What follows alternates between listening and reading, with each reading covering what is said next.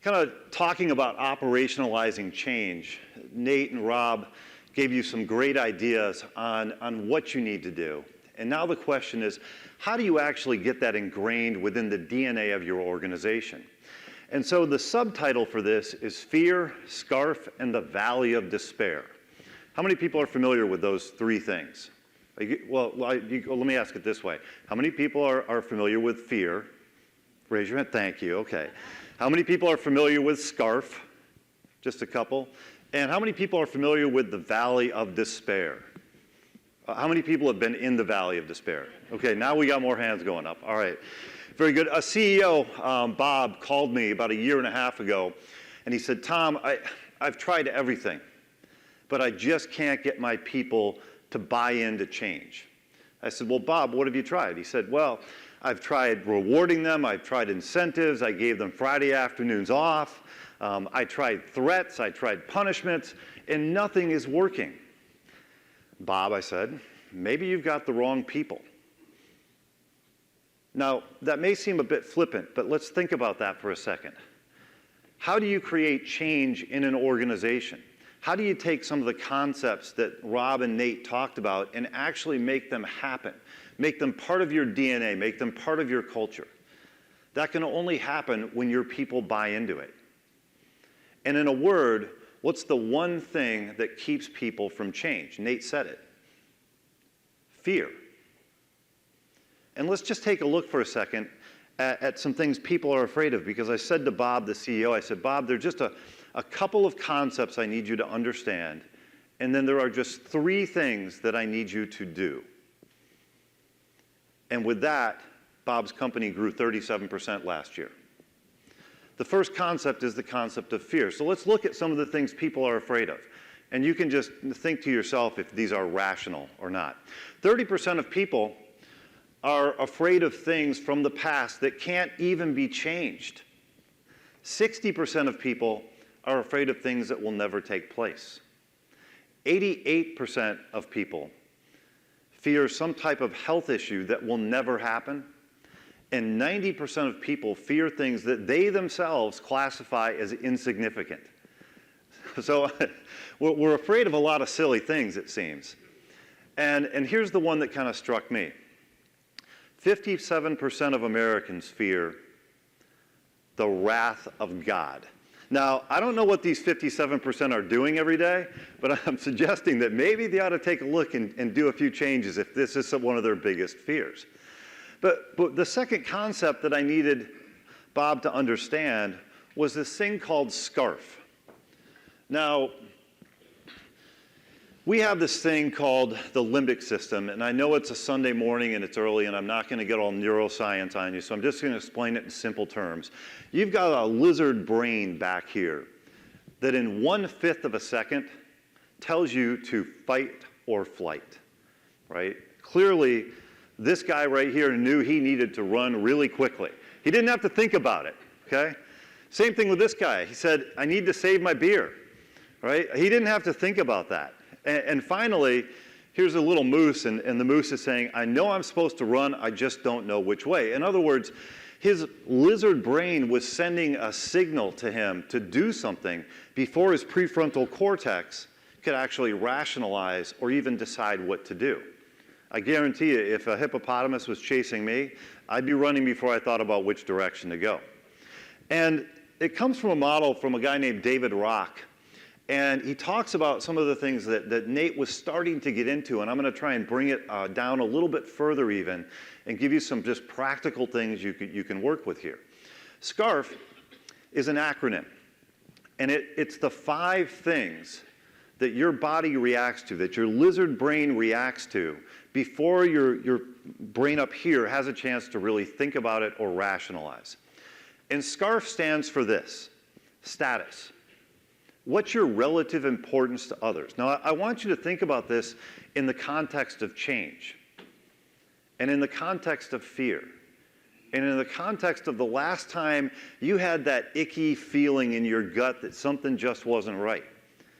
And also think about this in the context of how does it impact your people? How does it impact your customers? How does it impact the people that you work with? You could even take this. How does it impact your spouse? When you create change, you're threatening people's status. And they're going to react to that because unconsciously, it's going to release bad chemicals that their body is going to react to. So is their status being threatened? So as you're starting to do this, so just understand that's one thing. The second, is their certainty being threatened? Right? Obviously it is. Things are going to change. We don't know what the future is going to hold. And so the certainty is being threatened. Next, think about their autonomy. Are you taking something away? Are you taking away their ability to do something, their ability to make a decision? Right? How many times have you said to a direct report of yours, hey, I need you to do X? Has anybody said that in the last few weeks? Just see hands. Come on. There's a few of you out there. Okay, thank you. I know it's early. Just humor me for a little while. Instead, what if you had approached them and said, hey, here are two options. Which one do you think is best? Now, all of a sudden, you're opening up their autonomy. You're giving them a choice, as opposed to, I need you to do X. And sometimes you do. It's just the way it is. But honestly, when you say, I need you to just do X and that's it, that's like, hearing footsteps behind you on a dark night on the street. I mean, that's immediately just releasing fear, right? Because you're threatening their autonomy. The fourth thing here is relatedness. And that's a sense of safety with others. Do I feel like I'm part of the tribe? Do I feel like I'm part of the team? Or is change going to end up with me getting kicked out? As Nate was saying, hey, if we don't celebrate failures, right? If we don't celebrate those things where we're trying to do something, where we're trying to learn, what happens? Right? We get that icky, sicky feeling that just, wow, I'm not part of the team anymore. They're going to kick me out if I make a failure. And finally, fairness. Do I feel that I'm being treated fairly? Those are the 5 things that as human beings we react to all the time in our lizard brain. And I said to Bob, the CEO, I said, if you understand these concepts, there's one more concept I need you to understand before we move forward. And I give you the 3 things that I need you to do to create change within your culture and your DNA. And that was this, the valley of despair. When change happens, the first thing we do is we go into denial. And we say, nope, not going to do it. Right? And so what you need to do as leaders is create alignment and say, yes, this is the direction that we're going. But after denial, what happens is we get really frustrated because it's new, it's different. How many people have done the exercise where you fold your arms and then you try and fold them a different way? Let me see a show of hands, because if there's not a ton of people, we're going to do it. All right, so not enough people. So fold your arms, everybody. Let me just see it. Okay. And after denial, we get into frustration. And when we have frustration, keep your arms folded, please. Right? What we need to do there is really maximize communication. And that's going to be one of the 3 things that I asked Bob to do. Now, unfold your arms and refold them the other way. That's all change is. It just feels weird, right? So we get frustrated. Finally, we fall into depression because, this is not like the old way. The old way was so much better. We want to do it. When they get to that stage, what you need to do is spark motivation, create excitement, create a reason, a purpose, as Nate said, to go forward. After you do that and you create that spark, that excitement, what's going to happen is they're going to start to experiment with a new way.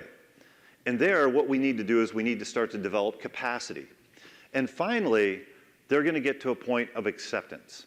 They're accepting the new way of doing things. And there, what we need to do is share knowledge and really maximize our integration of the new way of doing things into the organization. Now, talked a lot about fear and depression and denial and frustration. So let me just kind of bring it home by saying that, look, a little bit of anxiety is okay. And this is from Judith Bardwick's book, Danger in the Comfort Zone. And she looked at anxiety levels and she looked at productivity.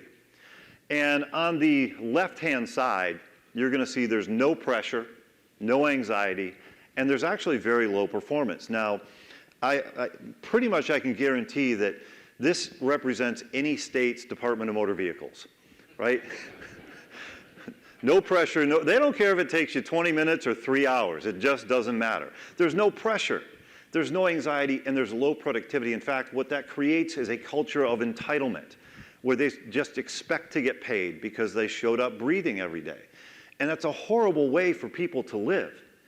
And so what we found is that you actually need to create some of that pressure. And change creates a lot of pressure.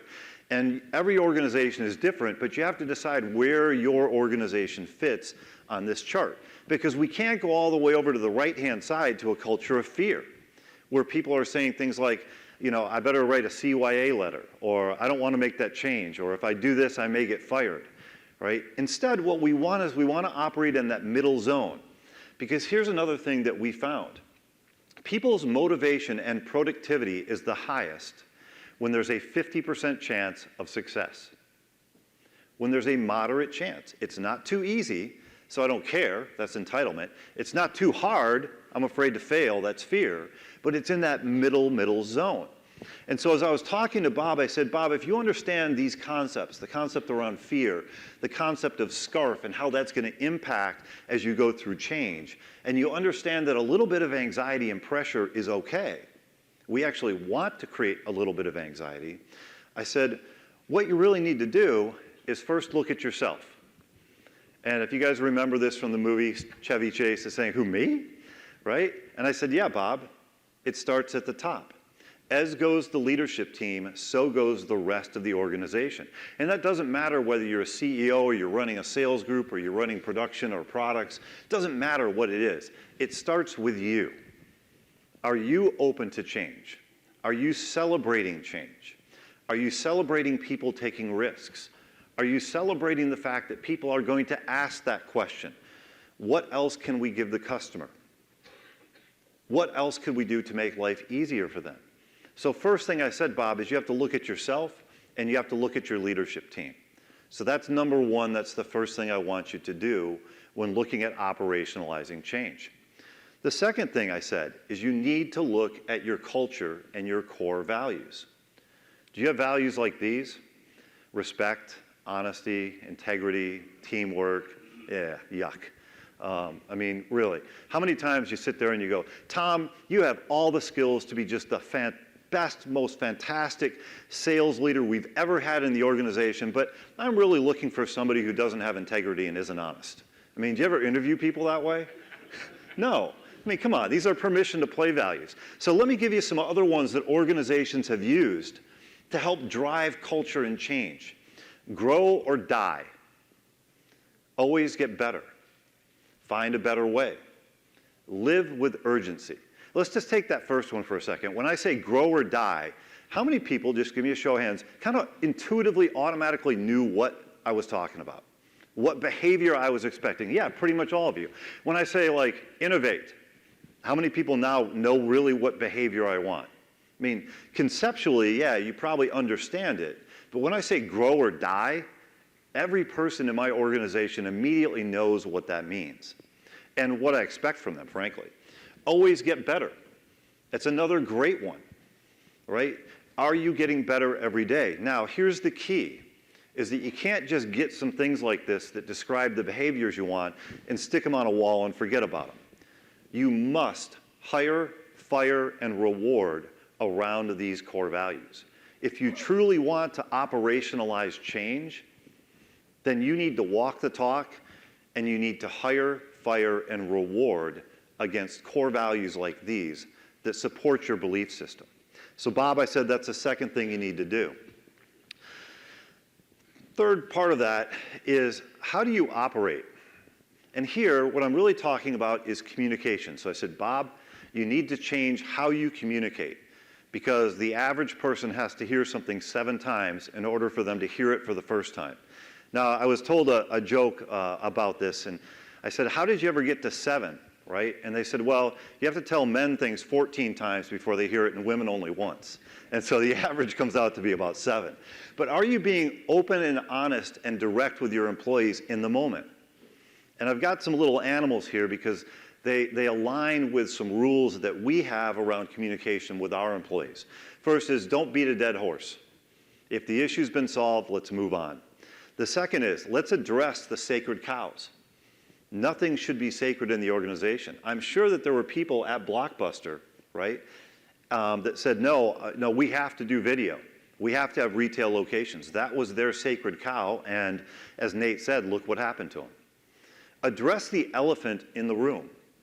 And finally, call out the BS and don't be the bully in the room. And these are represented by my little animals here.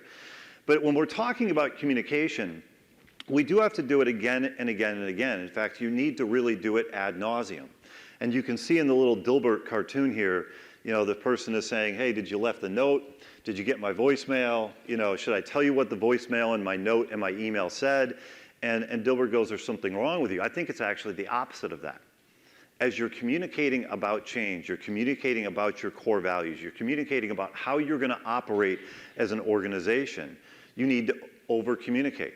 And I'm going to leave you here with a quote from Abe Lincoln: be open, direct, and honest in all communication. As you are operationalizing change, as you are driving it into your organization, there is nothing more important that you can do than to over-communicate and be as open and honest with everybody in your company. I kind of gave away my closing there a little bit earlier when I told you what happened to Bob's results over the past year, but he called me a couple of weeks ago and he said, Tom, you're absolutely right. Once I understood that change was causing fear, and I understood that I could address those 5 things: status, certainty, autonomy, relatedness, and fairness, I looked at myself and I realized I was not hiring, firing, and rewarding around change. I wasn't driving that core value into the organization.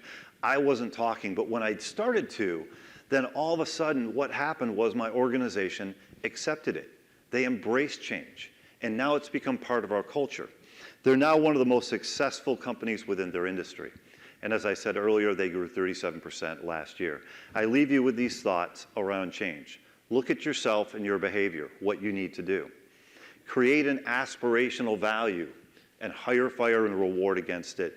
And finally, over-communicate to a point that it just feels like, ad nauseum, and the employees are coming up to you saying, yeah, we got it. Yeah, we got it. You told us that last week.